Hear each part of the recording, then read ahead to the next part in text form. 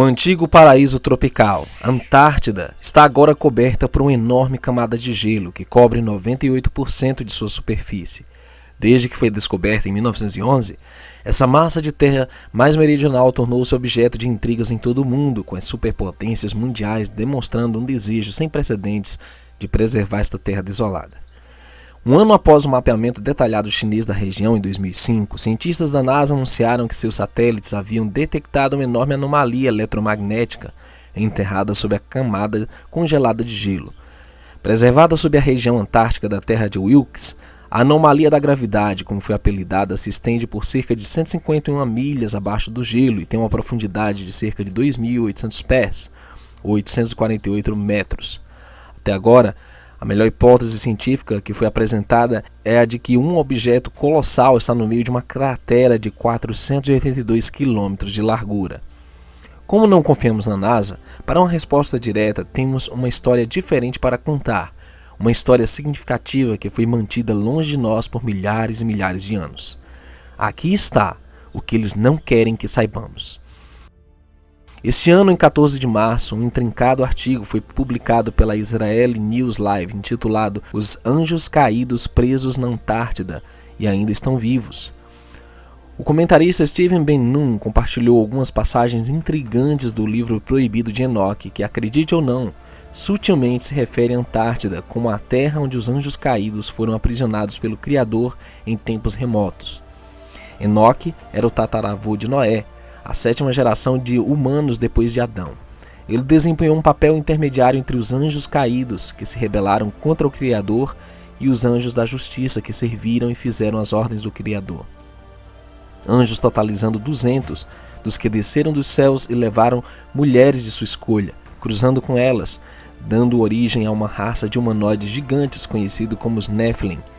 Os anjos corrompidos ensinaram à humanidade vários truques e ofícios, e logo a terra ficou avermelhada com o sangue de suas criaturas.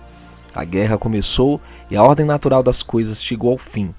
Além disso, Azaziel ensinou os homens a fazerem espadas, facas, escudos, armaduras ou peitorais, a fabricação de espelhos e a manufatura de braceletes e ornamentos, o uso de pinturas, o embelezamento das sobrancelhas, o uso de todo tipo selecionado de pedras valiosas e toda sorte de corantes para que o mundo fosse alterado. A impiedade foi aumentada, a fornicação multiplicada e eles transgrediram e corromperam todos os seus caminhos. A Mazaráquia ensinou todos os sortilégios e divisores de raízes. Armers ensinou a solução de sortilégios. Baracaial ensinou os observadores das estrelas, astrólogos. Aquibiel ensinou sinais, Tamiel ensinou astronomia, Assaradel ensinou o movimento da lua, e os homens sendo destruídos clamaram, e suas vozes romperam os céus. Este episódio da história da humanidade culminou com uma batalha celestial.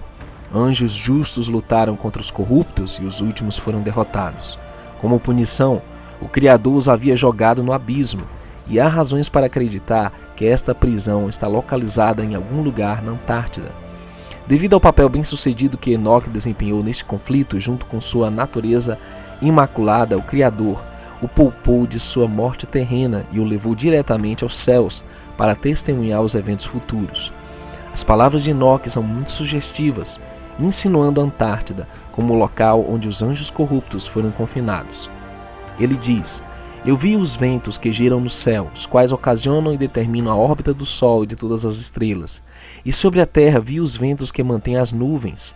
Percebi na extremidade da terra o firmamento do céu acima dele. Então passei para a direção do sul, onde queimam, tanto de dia quanto de noite, 6 montanhas formadas de gloriosas pedras, 3 em direção ao leste e 3 em direção ao sul. Aquelas que estão em direção ao leste eram de pedras multicoloridas, uma das quais era de margarite e outra de antimônio. Aquelas em direção ao sul eram de uma pedra vermelha. A do meio aproximava-se do céu como o trono do Altíssimo, um trono composto de alabastro, o topo do qual era de safira. Vi também um fogo flamejante suspenso sobre todas as montanhas. A segunda passagem descreve a jornada de Enoque ao sul, onde ele testemunhou um fenômeno curioso onde o céu estava queimando dia e noite. Isso poderia ser interpretado como a temporada de verão do hemisfério sul na Antártida, quando a luz do dia dura 24 horas. O fenômeno do céu em chamas se refere à aurora austral, ou luzes do sul, que são visíveis das altas latitudes do sul da Antártida, Austrália, Nova Zelândia, Chile e Argentina. Com relação às 7 montanhas, o Monte Vinson se qualifica como a montanha central descrita por Enoch, pois é a mais alta da Antártida. De fato, tem 6 outros picos adjacentes, mas eles não correspondem ao alinhamento representado, a menos que mudemos o eixo da Terra. A hipótese do deslocamento do polo fala de mudanças rápidas nas posições relativas das localizações geográficas dos polos e do eixo da Terra, provocando assim calamidades como enchentes e eventos tectônicos.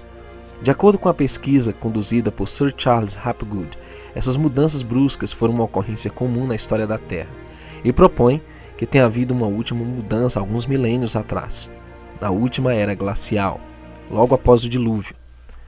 Foi esse o momento em que o dilúvio bíblico ocorreu. A Antártida